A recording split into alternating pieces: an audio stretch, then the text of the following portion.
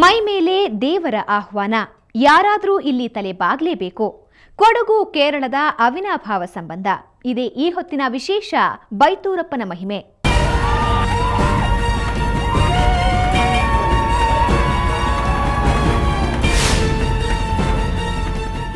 ಕೇರಳ ದೇವರ ನಾಡು ಅಂತಾನೆ ಖ್ಯಾತಿ ಪಡೆದ ರಾಜ್ಯ.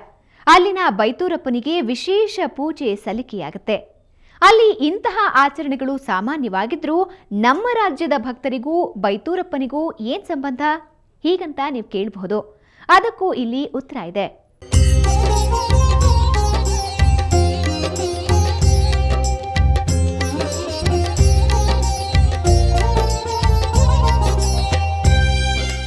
ದೇವಸ್ಥಾನದ ಆವರಣದಲ್ಲಿ ಕಿಕ್ಕಿರದ ಜನಸಾಗರ. ಕೇರಳದ ಸಂಪ್ರದಾಯದಂತೆ ದೇವರ ಮೂರ್ತಿ ಹೊತ್ತು ಸಾಗುತ್ತಿರುವ ಆನೆ, ಮೈ ಮೇಲೆ ದೇವರನ್ನ ಆಹ್ವಾನ ಮಾಡಿಕೊಂಡಿರೋ ಸಹಸ್ರಾರು ಭಕ್ತರು. ಇದು ಕೇರಳ ಹಾಗೂ ಕೊಡಗಿನ ಗಡಿಯಲ್ಲಿರುವ ಇರ್ಟಿಯ ಬೈತೂರಪ್ಪ ದೇವಾಲಯದಲ್ಲಿ ಕಂಡುಬಂದ ದೃಶ್ಯ.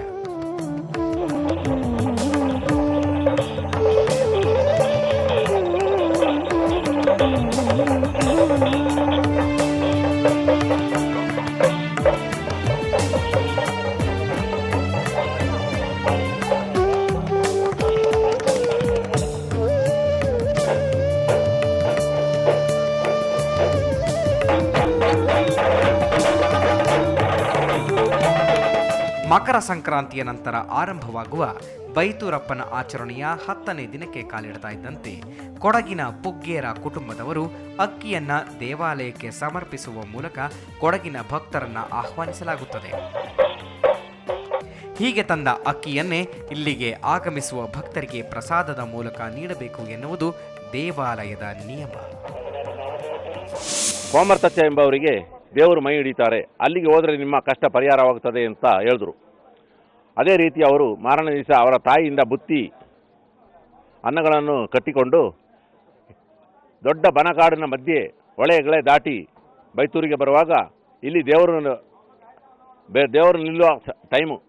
ಆ ಸಮಯದಲ್ಲಿ ದೇವರು ಹೇಳಿದ್ರು, ನಮ್ಮ ಒಂದು ಭಕ್ತನು ಬರ್ತಾ ಇದ್ದಾನೆ, ನೀವು ಈಗ ಮುಚ್ಚಬೇಡಿ ದೇವಸ್ಥಾನವನ್ನು, ನಾನು ಬರ್ತೀನಿ ಅಂತ.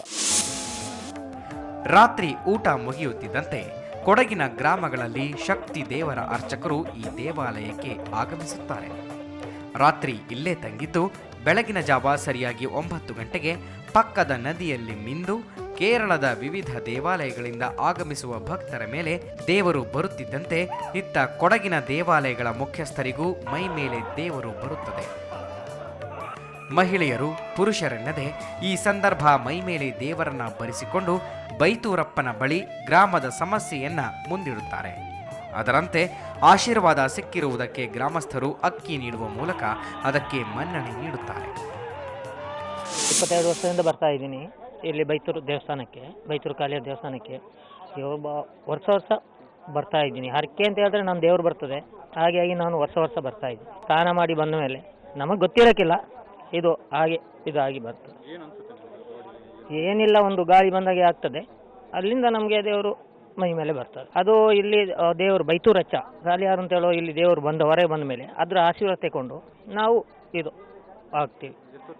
ಒಂದು ಅರ್ಧ ಗಂಟೆ ಇರ್ತದೆ. ಒಟ್ಟಿನಲ್ಲಿ ತಲತಲಾಂತರದಿಂದ ಬಂದಿರುವ ಈ ಆಚರಣೆಗೆ ಇಂದಿಗೂ ಕೂಡ ಕೊಡಗಿನವರು ತಲೆಬಾಗುತ್ತಾರೆ. ಇದರಿಂದಲೇ ಕೊಡಗು ಹಾಗೂ ಕೇರಳದ ಸಂಬಂಧ ಇಮ್ಮಡಿಯಾಗಿದೆ ಎನ್ನುವುದು ಭಕ್ತರ ನಂಬಿಕೆ.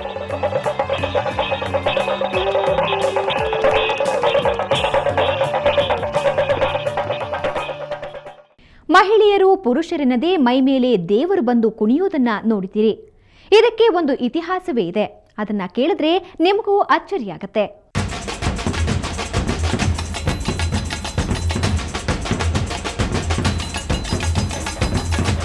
ಇದು ಸುಮಾರು 600 ವರ್ಷಗಳಿಂದ ಈ ಕ್ಷೇತ್ರದಲ್ಲಿ ನೆಲೆಸಿರುವ ಬೈತೂರಪ್ಪನಿಗೆ ಸಲ್ಲಿಕೆಯಾಗುತ್ತಿರುವ ಸೇವೆ. ಹಬ್ಬದ 10ನೇ ದಿನ ಭಕ್ತರ ಪಾಲಿಗೆ ದೊಡ್ಡ ಹಬ್ಬ. ಇದರ ಹಿನ್ನೆಲೆ ಏನಂದ್ರೆ, ಸುಮಾರು 15ನೇ ಶತಮಾನದಲ್ಲಿ ಪಾಳ್ಯಗಾರರ ಆಳ್ವಿಕೆ ಇದ್ದ ಸಂದರ್ಭ. ಚೆಟ್ಟಿಚ್ಚ ಎಂಬಾತ ಕೊಡಗಿನ ಸಾಕಷ್ಟು ಆಸ್ತಿಪಾಸ್ತಿಯನ್ನ ಕೊಳ್ಳೆ ಹೊಡೆಯುತ್ತಿದ್ದ. ಈ ಸಂದರ್ಭ ಪುಗ್ಗೇರ ಕುಟುಂಬದ ಮೊಣ್ಣಯ್ಯ ಎಂಬುವವರ ಮನೆಗೂ ದಾಳಿ ಇಟ್ಟಿದ್ದನಂತೆ ಪಾಳೆಗಾರ ಚೆಟ್ಟಿಚ್ಚ.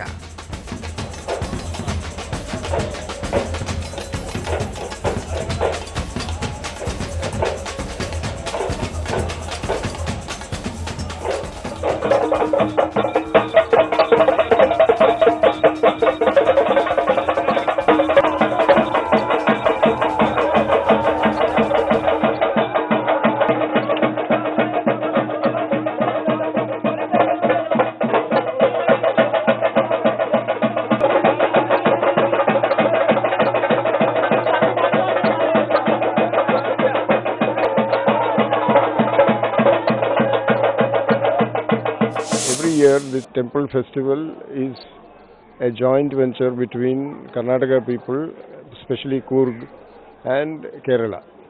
And there is the annual festival is called the Ootu Maholtsava, where the people from Coorg bring the rice on bullocks and come walking, and a man, the Komaram from this temple goes to the various devasthanas in Coorg and invites them for the Ootu festival. ಇಂತಹ ಸಂದರ್ಭದಲ್ಲಿ ಮೊಣ್ಣಯ್ಯನವರ ಬಳಿ ಕೆಲಸ ಮಾಡಿಕೊಂಡಿದ್ದ ಕೇರಳದ ಬಣ್ಣಡ ಕರಿಂಬು ಎಂಬಾತ ಮೊಣ್ಣಯ್ಯರಿಗೆ ಹರಕೆ ಸಲ್ಲಿಸಲು ಬೈತೂರಪ್ಪನ ಮೊರೆ ಹೋಗುವಂತೆ ಹೇಳುತ್ತಾನೆ. ಇದಾದ ಬಳಿಕ ಪಾಳೆಗಾರರ ಸೈನ್ಯವನ್ನ ಧ್ವಂಸಗೊಳಿಸಲಾಗಿತ್ತಂತೆ. ಆಗ ಸಮಸ್ಯೆ ಬಗೆಹರಿದಿತ್ತು. ಈ ಹಿನ್ನೆಲೆಯಲ್ಲಿ ಇಂದಿಗೂ ಪುಗ್ಗೇರ കുടുംബಸ್ಥರು ഹബ്ബದ ഉസ്തുവാരി വഹിಸಿಕೊಂಡಿದ್ದಾರೆ. അർജുനന് പാശുപാത്രം നൽകി മടങ്ങുന്ന വഴിക്ക് ഒരു പുഴയുടെ തീരത്തുള്ള ഒരു സ്ഥലത്ത് ഒരു ബ്രാഹ്മണൻ കയറി വരികയും അവിടെ നിന്ന് ഇറങ്ങി നടക്കുന്ന ആ കുടിലിൽ നമ്പ്യാടി ഫാമിലിയുമായി ബന്ധപ്പെട്ടിട്ടുള്ള ഒരു കാരണവരെ കൂട്ടി ഇറങ്ങി നടക്കുകയും ഇന്ന് ഈ വൈത്തൂർ ക്ഷേത്രം സ്ഥിതി ചെയ്യുന്ന സ്ഥലത്തെത്തുമ്പോൾ അവർ വാനിഷ് ആകുകയും ചെയ്തു. അവിടെ അതിൻ്റെ പിന്നിൽ വന്ന സമയത്ത് അവരൊരു കോൽവിളക്കുമായിട്ടാണ് അവിടെ എത്തിയിരുന്നത്. ಒಟ್ಟಿನಲ್ಲಿ ಕೊಡಗಿನವರು ಇಲ್ಲಿ 3 ದಿನಗಳ ಕಾಲ ನೆಲೆಸಿ ದೇವರ ಕೃಪೆಗೆ ಪಾತ್ರರಾಗುತ್ತಾರೆ. ತಮ್ಮ ಊರಿನ ಸಮಸ್ಯೆಯನ್ನ ಮುಂದಿಟ್ಟು ಪುಗ್ಗೇರ ಕುಟುಂಬದ ಮೂಲಕ ಬಗೆಹರಿಸಿಕೊಳ್ಳುವುದು ಇವರ ವಾಡಿಕೆ. ಇದಿಷ್ಟು ಕೊಡಗು ಮತ್ತು ಕೇರಳ ನಡುವಿನ ಸಂಬಂಧ. ಇನ್ನು ಈ ಹಬ್ಬದ ಸಂದರ್ಭದಲ್ಲಿ ಮಲಯಾಳಿಗರ ಉತ್ಸಾಹ ಕೂಡ ಡಬಲ್ ಆಗತ್ತೆ. ಕೇರಳಿಗರು ಈ ಹಬ್ಬದ ಸಂದರ್ಭದಲ್ಲಿ ಏನೇನ್ ಮಾಡ್ತಾರೆ ಅನ್ನೋದನ್ನ ನೀವೇ ನೋಡಿ.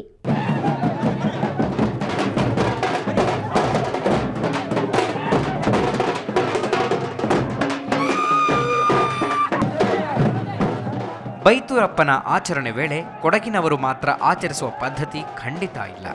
ಇಲ್ಲಿ ಕೇರಳಿಗರು ವಿಶೇಷವಾಗಿ ಪೂಜಿಸುತ್ತಾರೆ, ಬೈತೂರಪ್ಪನ ಆರಾಧನೆ ಮಾಡುತ್ತಾರೆ.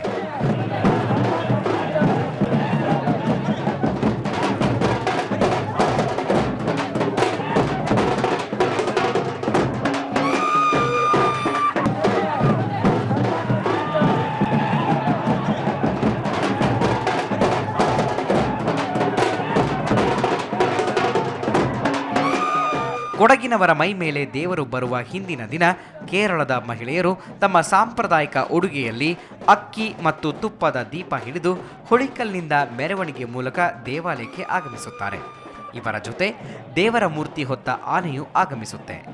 ಇದು ಮೈಸೂರು ದಸರಾದ ಜಂಬೂ ಸವಾರಿಯನ್ನ ನೆನಪಿಸುತ್ತದೆ. ಹೀಗೆ ತಂದ ಅಕ್ಕಿಯನ್ನ ದೇವರಿಗೆ ಅರ್ಪಿಸಲಾಗುತ್ತದೆ. ಈ ಸಂದರ್ಭ ಕೊಡವರ ಸಾಂಪ್ರದಾಯಿಕ ನೃತ್ಯಗಳು ದೇವಾಲಯದ ಆವರಣದಲ್ಲಿ ನಡೆಯುತ್ತದೆ.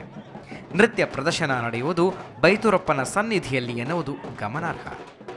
ಈ ಜಾಗ ಬರುತ್ತೆ ಅಂತಿಲ್ಲ, ಇವಾಗ ದೇವರ ಅನುವಾದ ಅಂತ ಹೇಳ್ತೀವಿ, ಯಾರು ಆಶೀರ್ವಾದ ಅದು ತೆಗೆದ್ಮೇಲೆ ಅವ್ರ ಮನೆಗೆ ಹೋದ್ಮೇಲೆ ಅವ್ರ ಊರಲ್ಲಿ ಯಾವ ಟೆಂಪಲಲ್ಲಿ ಒಂದು ವಾರಕ್ಕೆ ಒಂದು ಸತಿ ದೇವ್ರಲ್ಲೂ ಇದು ಬರುತ್ತೆ. ಬಟ್ ಇಲ್ಲ ಅಂತ ಹೇಳಿದ್ರೆ 50 ಡೇಸ್ಗೆ ಒಂದು ದಿವಸ ಬರುತ್ತೆ. ಅದು ಆ ಥರ ಒಂದು ಮಂತ್ಲಿ ಒಂದು ಟೈಮು ದೇವ್ರದ್ದು ದರ್ಶನ ಬರುತ್ತೆ. ಅಲ್ಲಿ ಆ ಟೈಮಲ್ಲಿ ದೇವ್ರ ದರ್ಶನ ಮಾಡ್ತೀವಿ.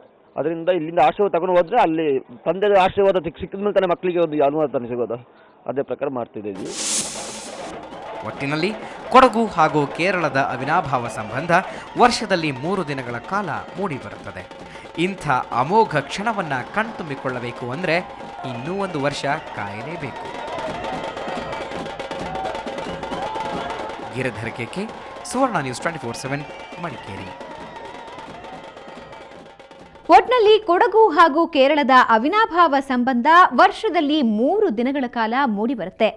ಇಂತಹ ಅಮೋಘ ಕ್ಷಣ ಕಣ್ತುಂಬಿಕೊಳ್ಬೇಕು ಅಂದ್ರೆ ಇನ್ನೂ 1 ವರ್ಷ ಕಾಯಲೇಬೇಕು. ಇದು ಈ ಹೊತ್ತಿನ ವಿಶೇಷ. ಕ್ಷಣ ಕ್ಷಣದ ಸುದ್ದಿಗಾಗಿ ನೋಡ್ತಾ ಇರಿ ಸುವರ್ಣ ನ್ಯೂಸ್ 24/7.